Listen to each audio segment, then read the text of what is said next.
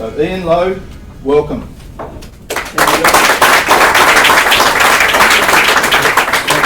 Thank you very much, John, and great to be here. Before I get into this conversation this morning about selling with the power of purpose, I feel I have a little bit of a confession to make. Because although I'm here talking about the power of purpose, it would be a little disingenuous of me to claim to have been always purpose-driven. In fact, I look back now on my early sales career and I cringe somewhat at the behaviors and mindsets that drove my behavior in those early years. And I say early years, really I only picked up on this idea of purpose, or even the idea that the concept that something was missing from my life and my professional life. I only picked that up about 10 years ago. And I've been in sales for about, well, I'm nearly 50 now, and started when I was 20. That was when my first proper sales job was with Canon, selling photocopies and fax machines. That was when fax machines was the new tech on the block. Photocopy machines still had those moving tops, remember those? And I learned professional selling then, but still, it was only around about 10 years ago that I began to think about this idea of having purpose. And it happened in a most unexpected way. I was flying back from a sales conference in the US. And while I was waiting at Los Angeles International Airport, I had wandered into one of the news agencies there and I purchased, come on in, Mr. Hall. I purchased a book from bookshelves there. It was about sales. And I didn't have any real great expectations about the book other than I thought it'd be, wow, that was a great socks, buddy. And I thought I'd read it on the plane, but with no expectation, right? Because I mean, at that time I was, pretty ego-driven, really. I was the Yoda of selling. I've been in sales a long time, and I'd been successful in my chosen profession. So I think this book's not going to teach me anything I don't already know. But well, I've got 17 hours on a plane. I've got to do something. So as I wedged myself into my economy seat, knees squished against the seat in front of me, and I started to turn the pages of this book. This feeling started to come over me as I read through the pages and what the author was saying about what sales was. This wasn't a book about sales technique at all. This is a book about sales values and sales principles and all that sort of stuff. And I started to realize I had it all wrong. What I thought I had right, I had wrong for the longest time. And it hit me quite hard, like a ton of bricks this book hit me, So I was in a bit of a mess on that plane. And what came to mind was this buzzing question, this question that really started to sow a seed in my head, and I just couldn't shake it. And I couldn't shake it for that entire flight, would start to turn my career trajectory in a completely different direction. I thought it would be a good start this morning to share that question with you guys, and have you guys contemplate this little question that I found myself having to contemplate all those years ago, 30,000 feet up. And here it is. Why do you work? I never really thought about that before. And some of you may be thinking, isn't it obvious? But rather than shout out some answers to this question right now, I'd like to give you guys the opportunity just to have a little bit of a table discussion for a couple of minutes about this. And then we'll get your feedback on some of the reasons why we work. So let's take 2 minutes on this question, and then I'll come back. Okay? Fantastic. So some great responses there. We're going to come back to this question at the end. My hope is at the end of this session will have inspired some of you to maybe dig a little bit deeper on this question. And I'd like to check back in just to see how many of you have been inspired to continue your journey as you find answers to this question. But this is the book, by the way, that I was reading on the plane. People ask me, what was that book on the plane that you were reading that had such an impact on you? Go Givers, Sell More is the book. Go Givers, Sell More. It's part of a series of books by Bob Burg and John David Mann on this subject of being what they call a go-giver. I highly recommend the whole series. But what is the data showing us about why people work? And really, it's really interesting. We can break down the working population into really 3 groups. For a third of people, work is a means to an end. It's a job. I have bills to pay, I have kids to put through school, I have car payments, mortgage payments, there's stuff that I need to do with my life, I need money to do that, so I have a job. Means to an end, that's all it is. For other people, it's a career, or it's an ego thing, it's about the position, it's about the status that that position brings. People climbing the ladder. My parents were doctors, my grandparents were doctors, my grandparents were all that way. So therefore I'm a doctor. You know, I'm following the family trend, or I like the business card. I like that it says VP of sales on my business card. So that's why I'm doing what I'm doing. And then there's a final group, this third group, for whom work is more of a calling. Work is how they have an impact on the world. Yeah, I'm not talking about calling necessarily in a spiritual sense, but for them, work is much more than this other two group. Work is how they have an impact on the world and how they derive meaning and fulfillment in their lives. And the interesting thing is, on just about every measure we care about, this final group outperform the other two. We're going to dig more into this and figure some of this stuff out, but some people have said they're surprised that third group is so big. They think it would be a smaller group, but they are out there.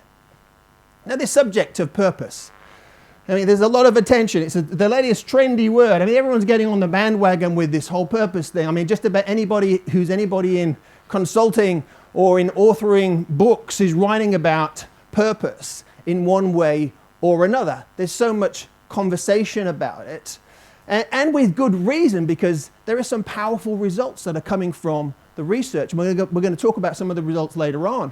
But here's just a few examples of the impact purpose-driven companies are experiencing.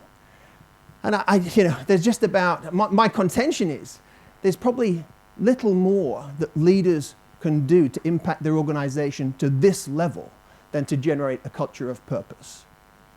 But why are so few actually doing it? Let's have a look. This purpose thing isn't a new conversation. It's not a new thing. It's been around for a long time, right? I mean, the leaders that we admire have been talking about purpose. Many of you will be familiar with this great quote from the late, great Steve Jobs about how important it is to love what you do. I'm not going to ask for a show of hands, but I would suggest that the number of people that actually do love what they do and are able to do great work is less than it should be.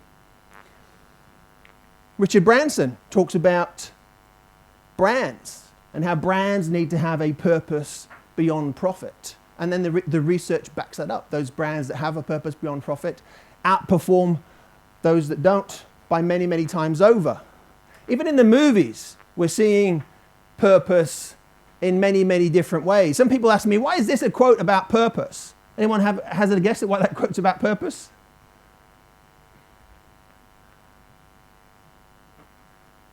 Who knew it? Rocky Balboa was a philosopher, huh? Well, it's that, as you get punched, as you get the hits through life, it's purpose that keeps you getting back up again, right? You've got something bigger that's driving you. If you didn't have that, you'd probably stay down, right? But also you go back to the 14th century, right? I mean, we're talking about Buddha, talking about purpose, and our purpose in life being to find our purpose. So purpose is not a new concept. It's been around for a very, very long time, but still it's something that many people do not have in their lives or in their work. More people feel a little bit like this kayaker, desperately paddling through the white water, just trying to grasp a few lungs full of air between the next crisis. We're just trying to make it through the day and trying to do more with less and trying not to get in trouble and trying not to get fired and trying not to take on any more work. I mean, you guys have been familiar with the term, we live in a VUCA world, this volatile, uncertain, complex and ambiguous world. There's so much going on. Everybody's caught in their sort of personal sandstorm of change and volatility and complexity. It's almost sending them crazy. So we could say, really work traditionally, the traditional dimensions of work is not working, at least for many people, for the vast majority of people. What's some of the data to back that up? Let's have a look at that. Now, one of the organizations that's been working on this idea of employee engagement for a long time is the Gallup organization. Everyone know the Gallup organization? One of the biggest organizations that's been measuring and working with organizations to improve employee engagement, maybe for, 20, 30 years now, right? So you think we'd be pretty good at that, right? Engagement levels would be pretty high, right? We've been measuring it for so long and helping organizations to get better at it for so long. It's got to be good right now. But what would you say the percentage of the working population is that are engaged at work?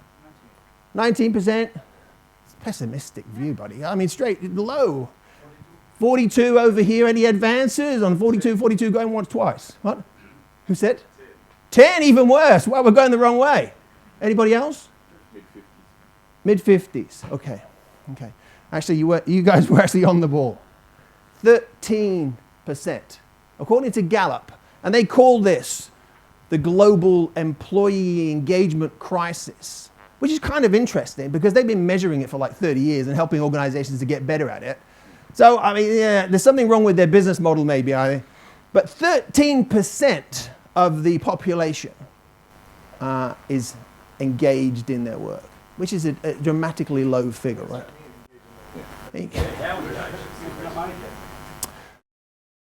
Gallup define it as people come to work and they volunteer their best efforts. Yeah. What they know is that what they know is that it takes 3 engaged employees to compensate for the damage of 1 actively disengaged employees. So as you go down that engagement continuum, you might have people that work for you, but what they're actually doing is actually they're knocking down everything you're trying to build. You're still paying them a wage, but they're disengaged and they're pulling down and pulling the opposite direction, as opposed to the engaged people trying to go the other way. But the vast majority of people are not engaged. I mean, there are exceptions all around the world. I mean, this is a global average. There are parts of the world that are much better than this. And here in Australia, we're bound to have it nailed, right? You know, I mean, the lucky country. Beaches, blue seas, lattes.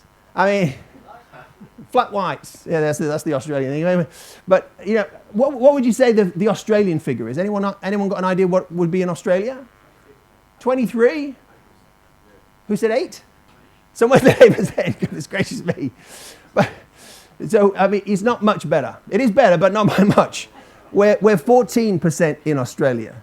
So again, the vast majority of people in their work are disengaged.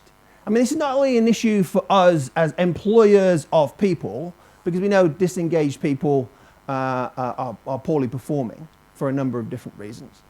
But it's also an issue for salespeople because we're in the business of working with other people, right? We're in the people business. The chances are the people we're meeting are disengaged in their work as well, right? They're already caught up in this VUCA world where there's loads going on. They're like, well, I'm stressed out of my gourd and I don't like what I do. I'm not turning up every day doing something I love. And we're trying to sell them stuff. Okay.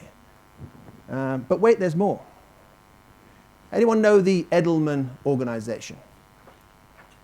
People aware of the Edelman Trust Barometer? You guys should check this out. There's some great research from the Edelman Trust Barometer. These guys have been measuring trust for near on 20 years now, yeah, globally, right? And we've had the global employee engagement crisis. Welcome to the global trust crisis. For the first time in the 20 years that they've been measuring trust, for the first time, the 4 pillars of trust in society are at their lowest level ever. Business, government, NGOs, and media. Lowest level ever. I mean, you can download this report from the internet. You'll be amazed. So we've got dramatically low trust in the world, in society, between colleagues, between organizations, between consumers and brands. I mean, it's just diabolical, right? But, I mean, not in Australia, right? Australia, we've got it nailed. You know, again, sunshine, beautiful lifestyle. We're all over it in Australia. We've got it going on. Maybe not, though. Again, under the heading, Australia is in a trust crisis.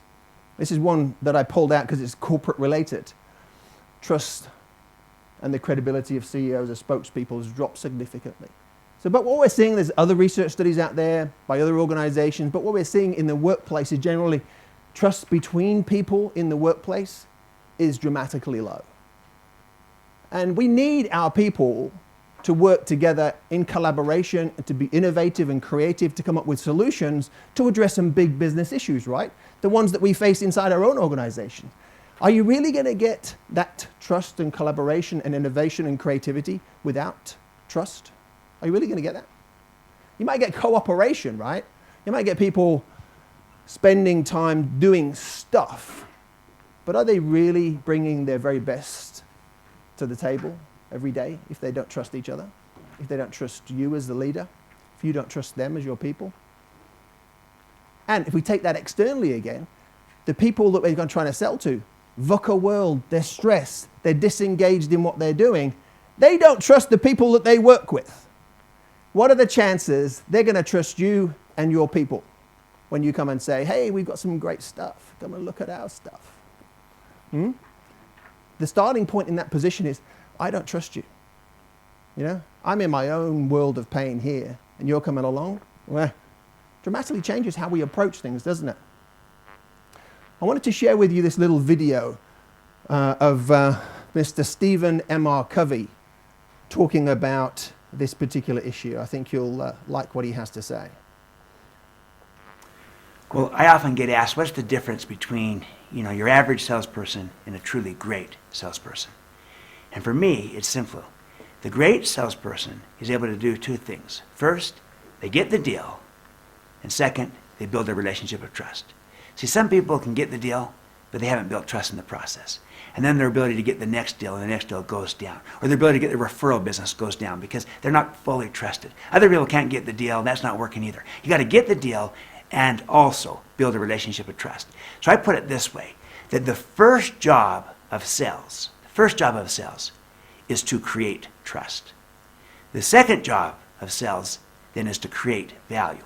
But if you don't do the first, you'll have a hard time doing the second because people view the creation of value through the lens of whether they trust you or not. And when you build that trust first, your ability to create value also goes up. So first job of sales, create trust. Second job's create value. Yeah. So, Stephen knows what he's talking about. Some of you might have read his books, Speed of Trust, Smart Trust, one of the leading thought leaders on this subject of trust in the workplace. I'd like to just take a pause there for a moment because I've loaded you up with some stuff. I wanted you to just take a couple of minutes at the table just to talk about these issues and how they're showing up for you in how you do your work or how they might be impacting your clients. These low engagement and low trust. Just talk amongst your tables for a moment about these issues and how they're showing up. What are some of the issues you're seeing? And we'll get some feedback from a select few tables in just a couple of minutes. Okay, so I'll give you a few minutes just to talk about that amongst yourselves. Over to you.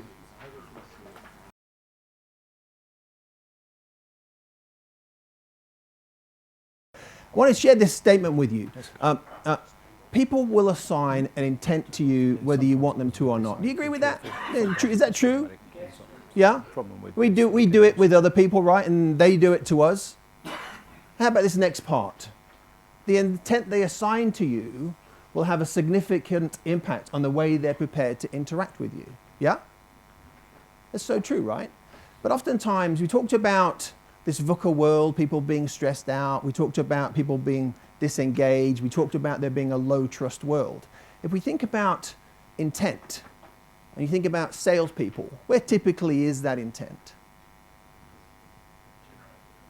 Generate revenue. Yeah? Hit my quota. Yeah? Sell more of my product. Yeah? My agenda.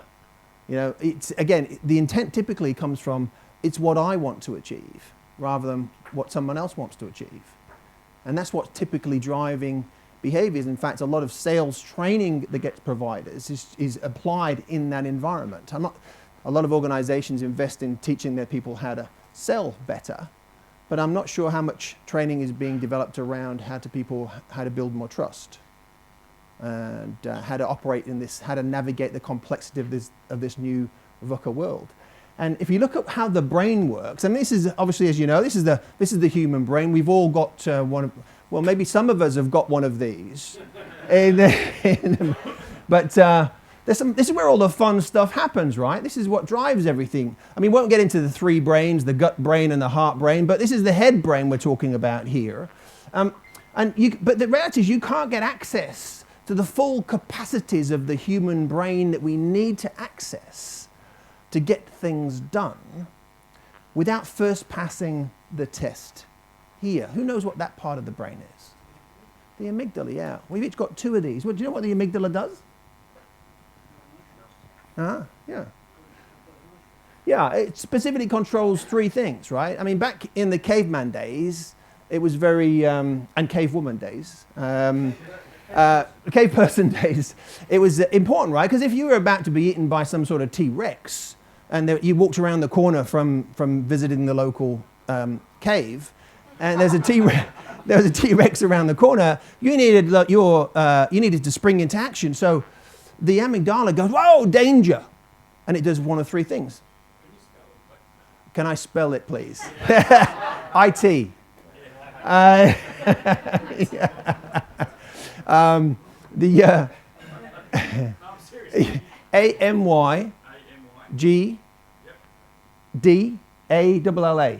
Amygdala. Or amygdala. I think I got that right. Did I get that right? Anyway, but the amygdala makes sure you're safe. It does one of three things. It does fight, flight, or freeze. This is your primitive brain here, right? But effectively what it also is a salesperson sniffer. As soon as you behave in a way that makes me feel your intent is on your agenda, not on mine, you're here to try and get me to do what you want me to do rather than get me where I want to go, the amygdala kicks in.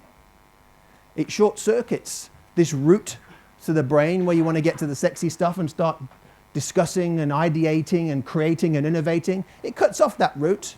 In fact, depending on what's going on, it cuts off the auditory senses as well. They might not even hear what you're saying. They sit there nodding. You know, you're going through your 60-slide deck, and don't laugh. Some people do that. Turn up with a 60-slide deck. Yeah, great. Yeah, fantastic. Thanks. See ya. So this salesperson sniffer's going on, but it's always on at the moment because of this world that people are in, right? This VUCA world, low trust, low engagement, means that people are always on this thing. This amygdala is always firing, right? It's called the amygdala hijack. People are always having these chemicals pumped into their body that has them on high alert.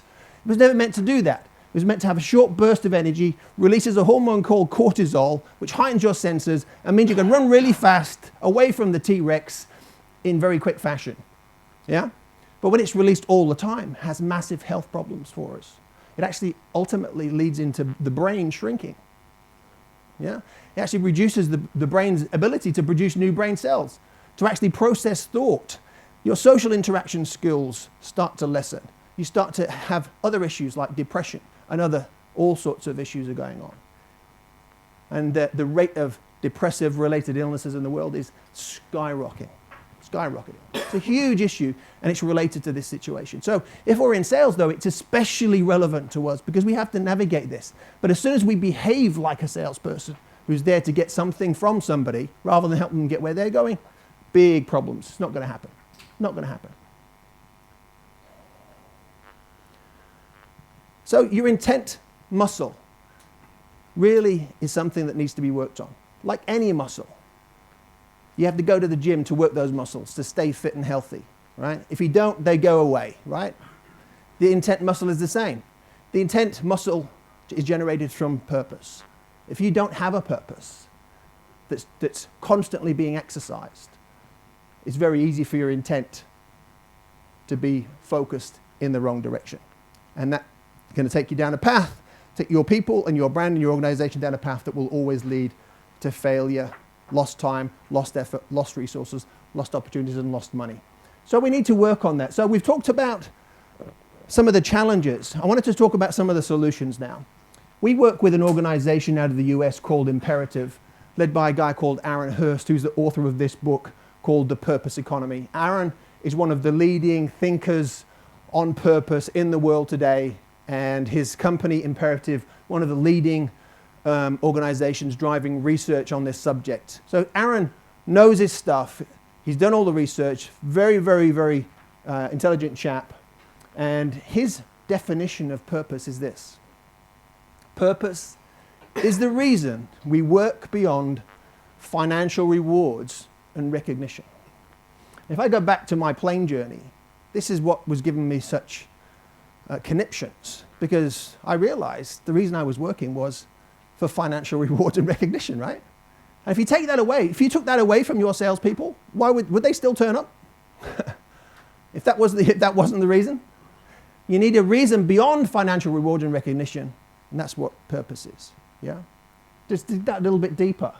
Who would read that out for me? Could someone read that out for me?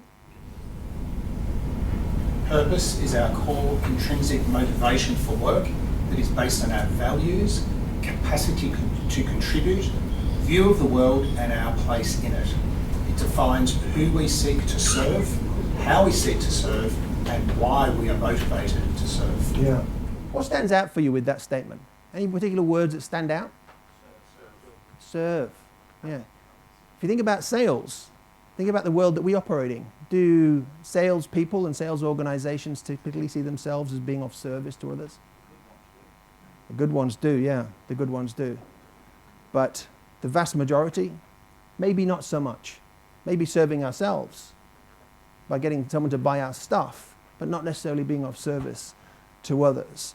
Now, this is really key. Understanding this is important, and we're going to help you guys towards the end of this presentation by giving you access to this platform. The Imperative platform is the world's first tool specifically designed to help individuals measure purpose. What the guys at Imperative figured out is there are 24 different themes of purpose, and we all have a different combination of those themes. But most of us don't know what they are. This is why purpose seems to be this sort of out-of-reach, intangible thing that we can't grasp, we can't measure, and we can't apply. We're going to give you access to this system so you can each do your own personal purpose profile assessment, and you can get a report back that says, hey, this is your personal purpose profile, these are your purpose drivers, here's how you can apply them to get more meaning and fulfillment from your work and your life. Okay? I'm going to come back to that shortly. But before we get into that, I wanted to deal with a few myths around purpose, because there are lots of ideas around purpose that make people go, yeah, it's not for me. Number one myth, people think purpose is a cause, right? You have to be strapping yourself to a tree in a forest to protect it. You have to be subscribing to Greenpeace, or going down to the soup kitchen and serving soup to the homeless, or some other worthy cause. And they're great. But do you have to have a cause to have purpose? No.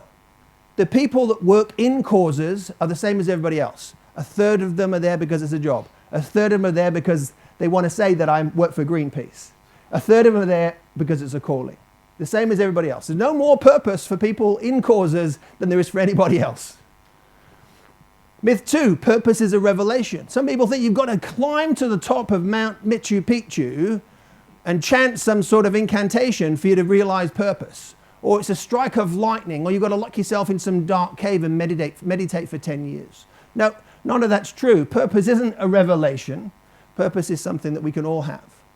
And the final myth is that purpose is a luxury. At the beginning of this presentation, I had pictures of Steve Jobs and pictures of Richard Branson saying some great quotes. And people go, oh yeah, they would say that, wouldn't they?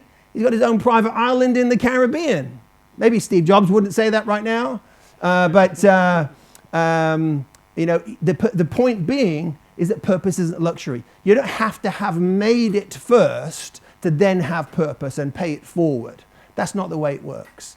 This is what I love most about this subject, is that anybody can have purpose, because purpose is a choice. And we all have the ability to choose, right? Anyone disagree with that? Even if you're in an environment that isn't particularly purpose-driven, you can still create purpose for yourself. You only have to read Viktor Frankl's book, Man's Search for Meaning, to realize that that's true, right? Anyone read that book? Yeah? I mean, if you can find purpose in the concentration camps of Auschwitz, I'm pretty sure that any one of us can find purpose in our work, right? But this is one of the great things about this subject, is purpose comes from these three things. The foundation of purpose is relationships, which is fantastic for salespeople, right? For sales organization, because we're in the business of people.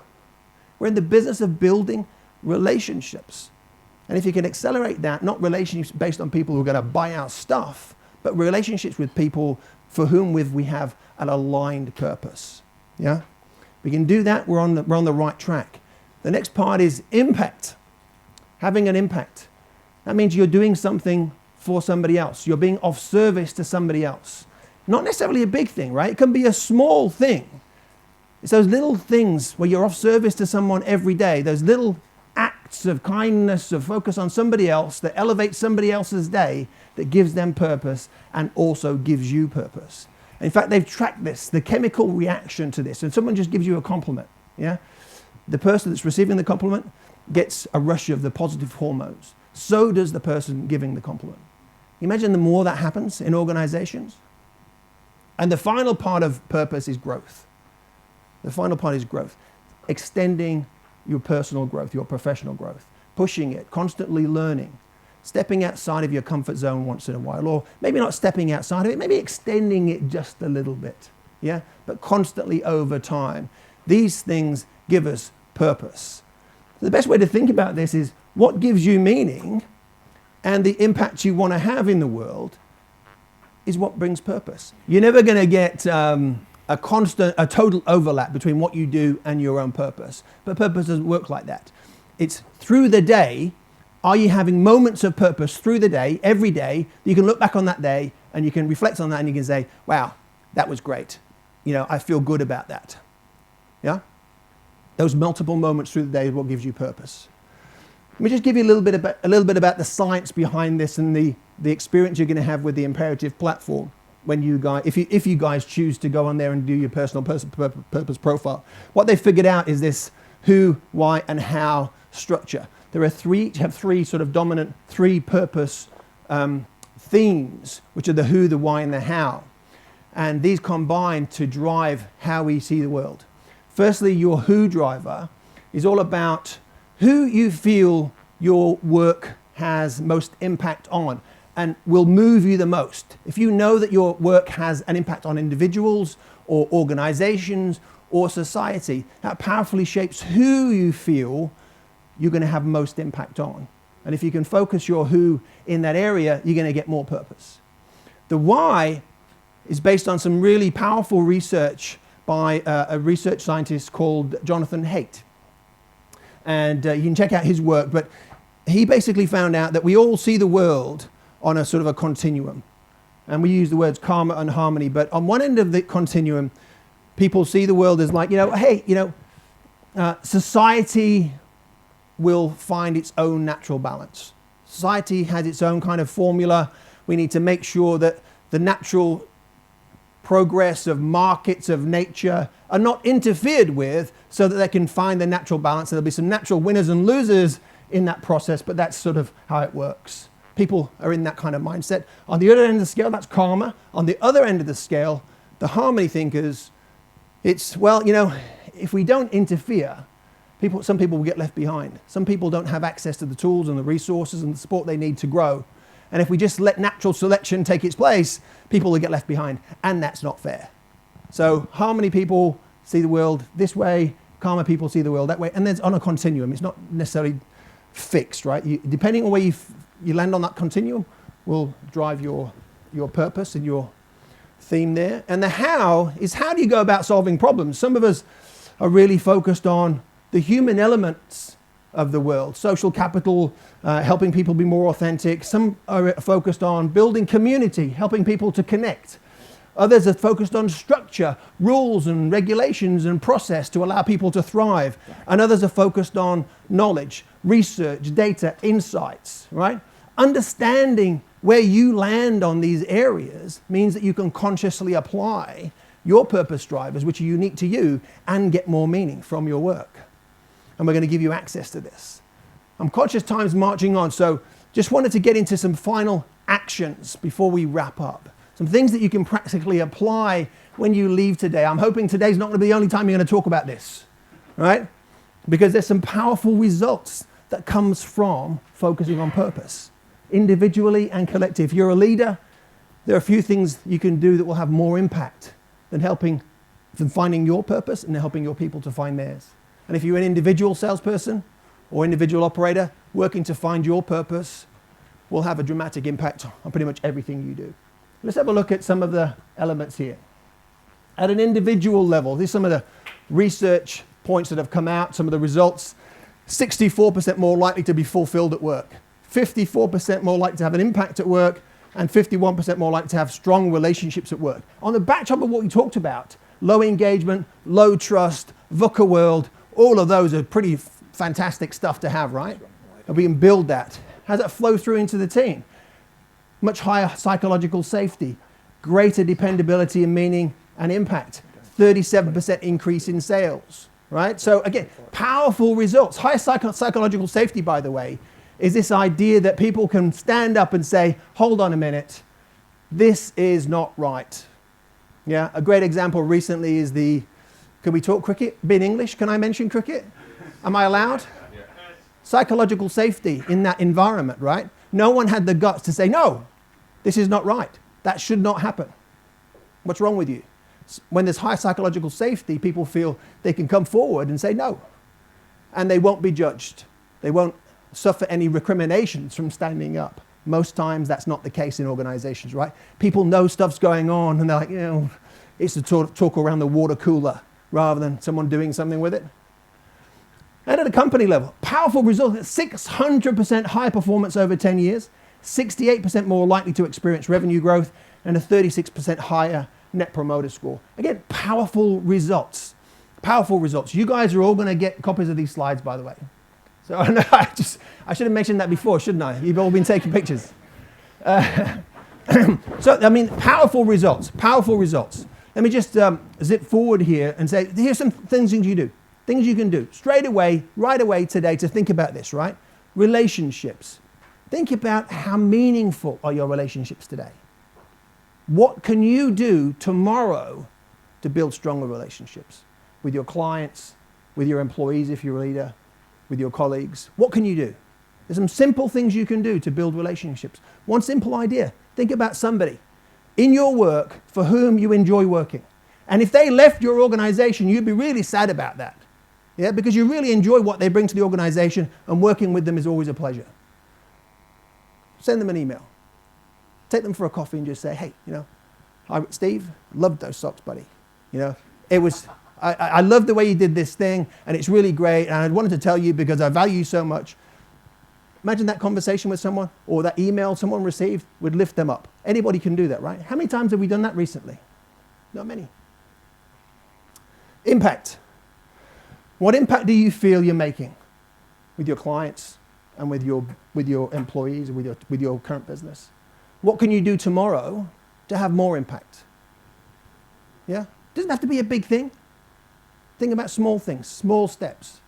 What are the things that you can do tomorrow differently than you're doing today that will help you have more impact? And finally, growth. Think about your personal growth. Yeah? What are you doing today? What can you do tomorrow? One thing we know for sure about sales performance, the single indicator of sales success that's researched and proven beyond anything else that proves an individual, if they did this, would be more successful. Nothing to do with career, experience, personality, anything like that. The one single metric that proves success in sales is practice. Not just any kind of practice, deliberate practice. Are you focusing on your profession? Are you helping your people get better at their profession to become better salespeople or better people? Are you focusing on that development? What can you do tomorrow that you're differently than you're doing today? Some other quick tips for you that you can apply with this lens of purpose. When you go back to your organization, I want you to look at your pipeline. Look at your pipeline. And if you're anything like the organizations we work with, we'll see a higgledy-piggledy bunch of opportunities from all sorts of different sectors all over the place. Just people we can sell stuff to. The pipeline's kind of like that. It's a wide pipeline. I encourage you to cull that pipeline. Make your pipeline narrower. Prioritize the opportunities and the clients that you have alignment with, where you know without a shadow of a doubt you can create terrific value for. Yeah? Do that. You'll have more time, you'll have more resources, and you'll have more kind of thinking time to really focus on being more strategic with these clients rather than having a light touch on many, many clients. Yeah?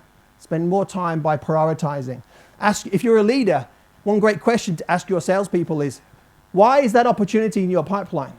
Have they got a good reason for that opportunity being in the pipeline, or just a random? Yeah? Are they going to come up with some random answers? Oh, it was the next on my list. Oh, I haven't called them for a while. Oh, somebody said I should call them.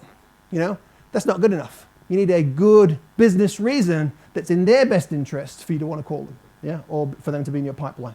Prepare.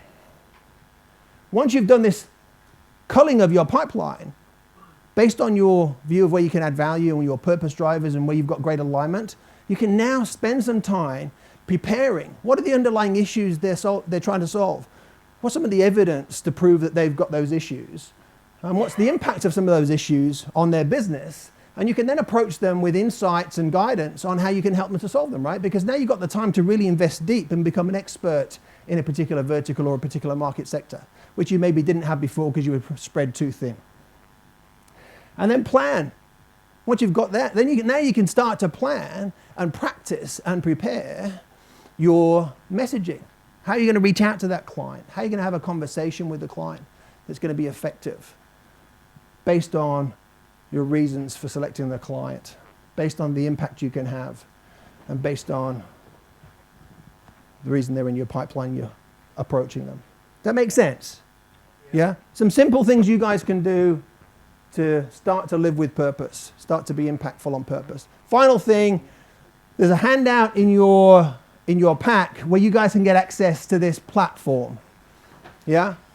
The link's down the bottom, echo what drives you, and there's a code that will get you a 50% discount on the thing. It's $50. Oh, it's normally $95, but it's like, we've got 50% discount for you guys.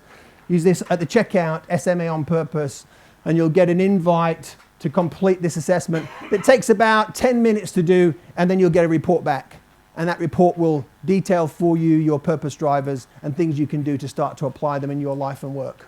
Okay? Does that sound good? Fantastic. Okay, so thanks very much for that. I wanted to check in at the end, just on this why do you work question. My end in mind was to hopefully inspire some of you to have been inspired enough to continue this journey and to think more about it. I hope that's the case. Don't make this be the only time you talk about purpose. Continue the conversation. I'm on a journey of 10 years now, and I'm still on that journey, but it's a fulfilling one. So I encourage you to do it. Thanks very much for your time. We're going to go into a panel now.